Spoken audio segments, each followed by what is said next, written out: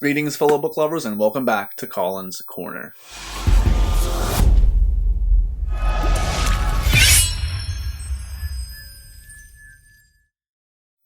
Today, we're going to be going over everything that I plan on reading in the month of August, but before we get into my TBR, we have to go over the answer for the last Comedy with Colin segment, where I asked you guys to joke, why didn't the Melons get married?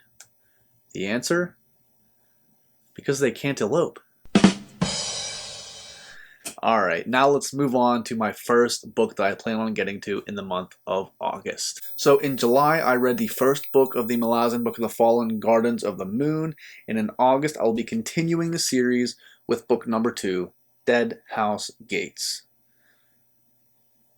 So I really enjoyed Gardens of the Moon. I believe, in my opinion, that the warnings of confusion and being lost in the first book are maybe just slightly overblown. Now, don't get me wrong, it took me a while to kind of fall into step with what Erikson was doing with all of the different POVs that we get and the different factions and kind of all of them, having their own set of goals that they are trying to accomplish in this world. There are a ton of characters, and I feel like I didn't struggle too much with the plot of what was going on. In the very beginning, it was just kind of overwhelming, but things began to clarify a bit for me as I read on and on. What I struggled the most with personally was who all of the characters were fighting for or fighting against, who they were pledging allegiance to, who they were working with. So that, and I'm still not entirely clear on some of them, but towards the end of the book, a lot of it kind of clicked into place for me, and I used the glossary a lot and the dramatis personae. So by the end, like I said, I had a pretty good idea of what was going on, and I was really excited to get into Deadhouse Gates. And then I learned that Deadhouse Gates is an entirely new continent with an entirely new cast of characters. So right when I had, a little bit of it figured out, I get told that, we're completely moving away from everything that happened in Gardens of the Moon and onto a different story arc. So regardless, I am very excited. And if my enjoyment of Gardens of the Moon is any barometer of how I'm going to end up feeling about the Malazan Book of the Fallen in its entirety, then I think that I'm going to really enjoy my ride with this series. Next up, guys, I will be continuing in the Tawny Man trilogy with book number 2, which is Golden Fool. There we go. So I had an absolute blast with the first book in the Tawny Man trilogy, Fool's Errand. And, reconnecting with Fitz and moving back up north to the Six Duchies and its surrounding towns and keeps truly felt in so many ways just like coming home to me. I haven't even read the back cover of Golden Fool because I know the books in the realm of the Elderling, the kind of summaries in the on the back covers are a little bit known for giving things away, and I just don't want to know anything about what is to come because I just have a full 100% trust in Rob and Hobb. So I don't want to be spoiled about anything in that, and I cannot wait to see where Golden Fool takes us based on where Fool's Errand ended. I'm 7 books into Rob and Hobb's writing with the Realm of the Elderling series, and she has not missed one time for me. There's just so much slice of life in Fool's Errand with Fitz, and just catching up with him made my heart so happy. Alrighty, next up I will be reading Sins and Sorrows. Come on, buddy. There we go. Which is book 1.5 in the Protectors of Pratani series. And I will also be reading To Speak with Elders, which is book 2 of the Protectors of Pratani series by Mike Mullman. Now, this is a self-published series. Last month, I read the first book in the series called Becoming a Druid, and I really enjoyed Becoming a Druid a lot. I was really surprised by how invested in the story I got with Becoming a Druid, and that is not at all a knock on Mike Mullman's writing skills or anything of the kind.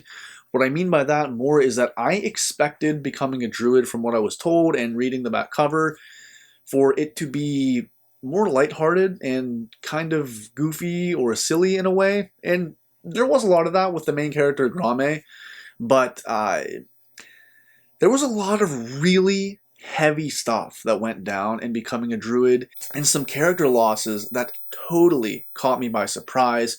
So it became much more serious in tone than I was expecting, and I loved it by the end. Now, I believe that Sins and Sorrows is actually two novellas that follow a couple of the side characters from becoming a druid that I was a really big fan of personally. So I'm excited to hear a little bit more about these two characters, maybe get their backstories, and have these characters become a little bit more fleshed out in this couple of novellas that we get. And book 2, To Speak with Elders, we seem to be getting reunited with Grame and his nephew Fiegel, who I really enjoyed again from the first book in the series. And, you know, I think the story is about to get even more kind of wild. Based on the cover, which I just showed you guys, there are centaurs apparently in book 2, so I'm pumped to be getting introduced to an entirely new race that was not present in Becoming a Druid, and kind of see what Grame and his nephew get themselves into next. So those are 4 books that I definitely plan on, all things considered, getting to in the month of August. As long as, you know, nothing happens, I will definitely be reading those. And a couple of them are longer. We've got, you know, The Realm of the Elderlings with Golden Fool, and especially Deadhouse Gates are going to be longer books. I am going on vacation, so I'm hoping to get a lot of reading time done there, but you never quite know how family vacations are going to be. But I figured if I do get a lot more reading than I expected done, then I will add a couple more books that I hope to get to if time allows. And so these next 2 books are going to be by authors that I actually met in June at the Three Rivers Comic Con. And after going up to their booths and getting to talk to these authors, it really got me excited to kind of dive into their works. And, you know, I got a little bit of a background on where they were all coming from, where their ideas kind of started. So yeah, with that being said, I hope to get to, the first book is called A Knife in the Dark. This is by Corey McCullough. And I am born and raised in Pittsburgh. Corey is a local author, so I'm excited to try a local author's work. These covers, too, are awesome. Like, check this out. I love this cover art. So this is marketed as a science fiction noir thriller. This is a genre that I know for sure I have not read before. So I'm hoping that it is going to be a welcome, fresh change of pace for me. This is in a futuristic setting, you know, on a planet called Janus, where nighttime is allegedly 145 hours long. So our protagonist is Jack Torelli. He's an ex-detective that gets roped into solving the murder of a billionaire's son. Now, this setting and premise sound awesome, and a blurb on the back says, A Knife in the Dark is a gritty cyberpunk detective novel combining elements of science fiction and film noir in a fast-paced futuristic thriller. So just on that little blurb on the back, that sounds super exciting to me. And this book is really small. It's 130 pages, so it's going to give me a taste of Corey McCullough's style.